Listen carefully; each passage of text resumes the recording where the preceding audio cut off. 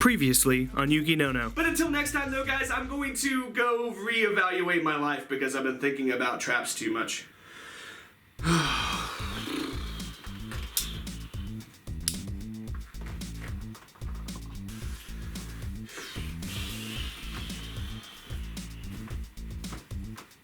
Okay, Doc, so I've been having some serious problems lately.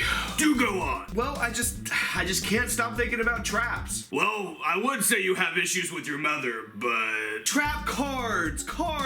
What is wrong with you? Hey, you're the one that said it that way. Well, either way, it's getting worse, because now I can't stop thinking about hand traps, and we all know the kind of weirdos that like hand traps and like the art on hand traps, you know what I mean? Well, they can't be any weirder than paleo players. I don't know, I think I just need to make a video, you know, just kind of get all these thoughts out of my head, you know what I mean? I've got it. You need to make a video and get this all out of your system. That'll be your treatment. I'm writing you a prescription right now. That's literally what I just said. No it wasn't. Seriously though, what do I even need you for again? You're the one that needs help, okay? Hey, watch it now. I'll put you back where I found you. But you gave birth to me. I brought you into this world and I could take you out.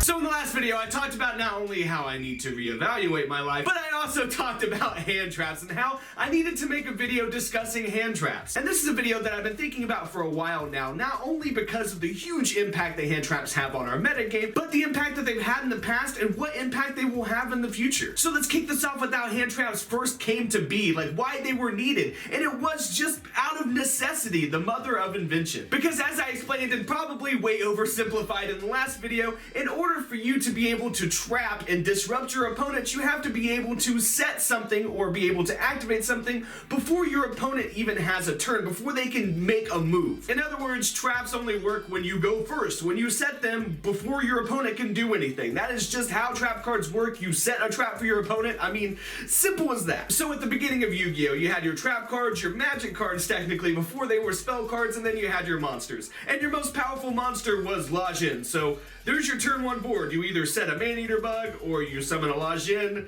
I mean, that's it. That's your turn one board. So going second, it was obvious that you weren't going to get OTK'd or anything like that. I mean, you weren't going to lose all 8,000 of your life points from one turn, especially, you know, your opponent going first and stuff. Just because they summon their Lajin, oh man, another Lajin next, I need to watch out, oh my god. Yu-Gi-Oh, believe it or not, was still technical. I'm oversimplifying things again, but you can see where you don't automatically lose because you lose the die roll, and you can see how it really wasn't necessary for you to be able to interrupt your opponent on their first turn because they're just setting monsters, setting spells and traps, you know, or summoning a monster. There was no reason, I mean, they weren't doing anything super crazy like all these combos for you to, you know, have the need to be able to disrupt them. Like, that wasn't necessary at all. It wasn't too much longer after that, though, that Mystical Space Typhoon came out. And Mystical Space Typhoon was necessary because spells and traps in Yu-Gi-Oh had been getting more powerful, so it was necessary to be able to destroy them. Mirror Force came out in Metal Raiders, and it was necessary to be able to get rid of that thing so your monsters didn't run into it and get screwed. Now, I think you guys know where I'm going with this. If you compare that era of Yu-Gi-Oh, the beginning, like the early days of Yu-Gi-Oh to more modern Yu-Gi-Oh, you could see how the game was slower, and then it became more and more necessary as first turn combos got more and more crazy, and as monsters like boss monsters and interactive monsters, you know, monsters that,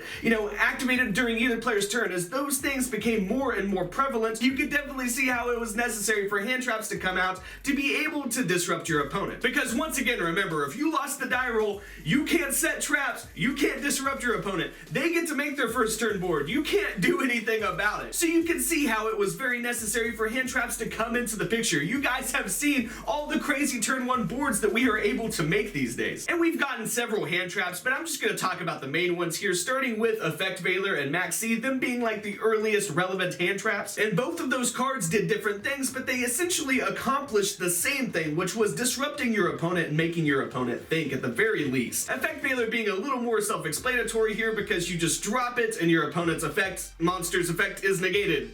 That's it. No Stratos for you. Which is a very powerful effect because you only get one normal summon, and if your normal summoned effect monster's effect is negated, then you're pretty screwed. I mean, especially back in the day, we didn't have crazy things like Brilliant Fusion, for example, to be able to normal summon a second time. But Max C also disrupts your opponent. When they special summon a monster and you drop that Max C, if they activate Polymerization, for example, and you drop that Max C, and they still have like 5 more special summons in their hand, you know, between all the cards that they have, it really makes them think. It does disrupt them. It makes them think like, do I really want to give my opponent, do I really want to let my opponent see all these cards to try to make my board? So Max C is very, very disruptive. And both those cards are really powerful cards, and they're better in some formats than others. Max C being way better as Yu-Gi-Oh! Has gone on, you know, because we special summon more and more and more and more. So you can really see how hand traps are not only important these days and have been the past couple of formats, but they have been important in the past, like very, very important and powerful in the past as well. But in the same way how hand traps came to be out of, you know, the influence of the game itself and like out of necessity for them to need to exist, it actually goes both ways because vice versa here,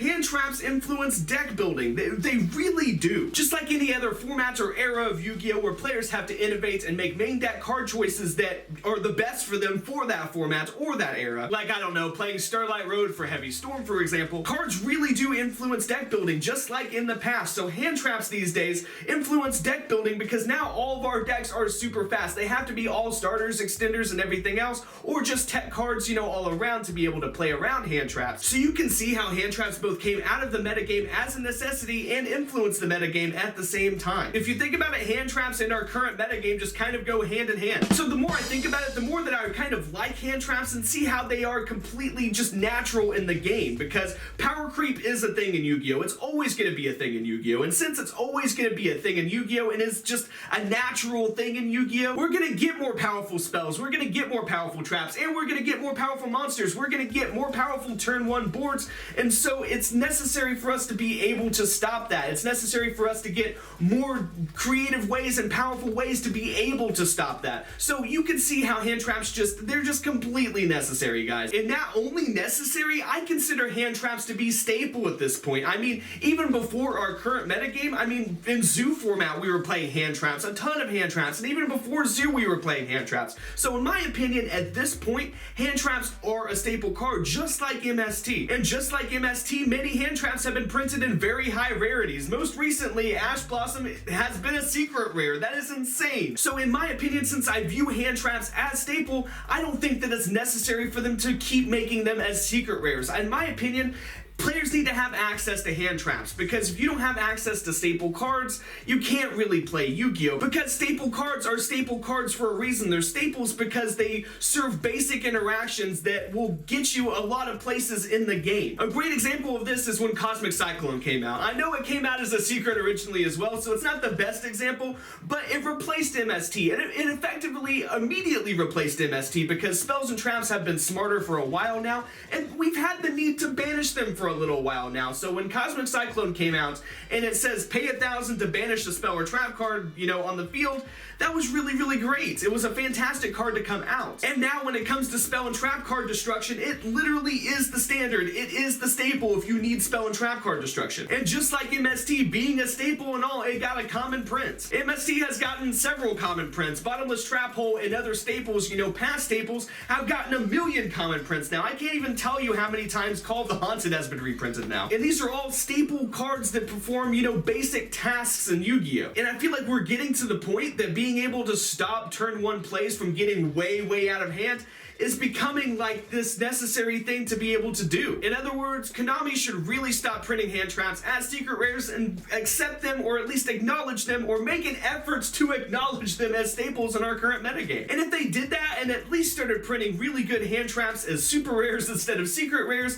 I think more people would get back into the game, and I think players would probably play more because it would be less pay to win. In my opinion, secret rares should be reserved It's like a boss monster or something like that, which is a subject for a whole other video, what secret rares should be. But sticking to the topic of this video, I really truly believe that more players would get back into the game and more players would play and play more often if we didn't have all these expensive secret rares that were staples for them to be able to really play competitive Yu-Gi-Oh! And I think the reason is very obvious. If you don't have to play the best deck on the planet in order to compete, but you have good cards, like good staple cards that you didn't have to pay an arm and a leg for to be able to compete, you're more apt to play and compete. And they don't need to stop making hand traps and secrets completely, but they at least need to be making an effort. I mean, they can make really crappy hand trap secrets all that they want to. I don't really care. But the thing is, on the flip side here, they do really care. And this is the reason why I don't think that they will ever stop giving us new staple cards as high rarities first. But the point is, guys, Konami needs to stop doing that. They need to stop printing cards that they know will be immediate staples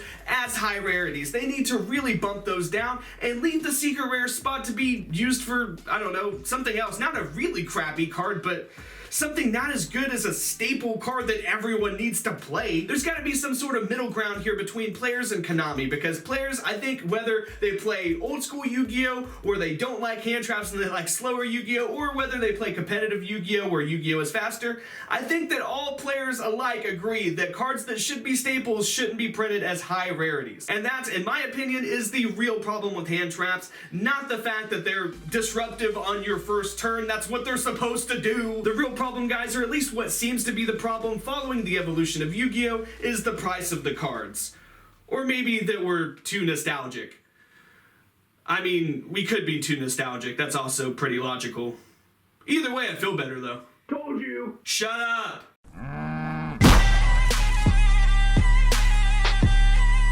Subscribe!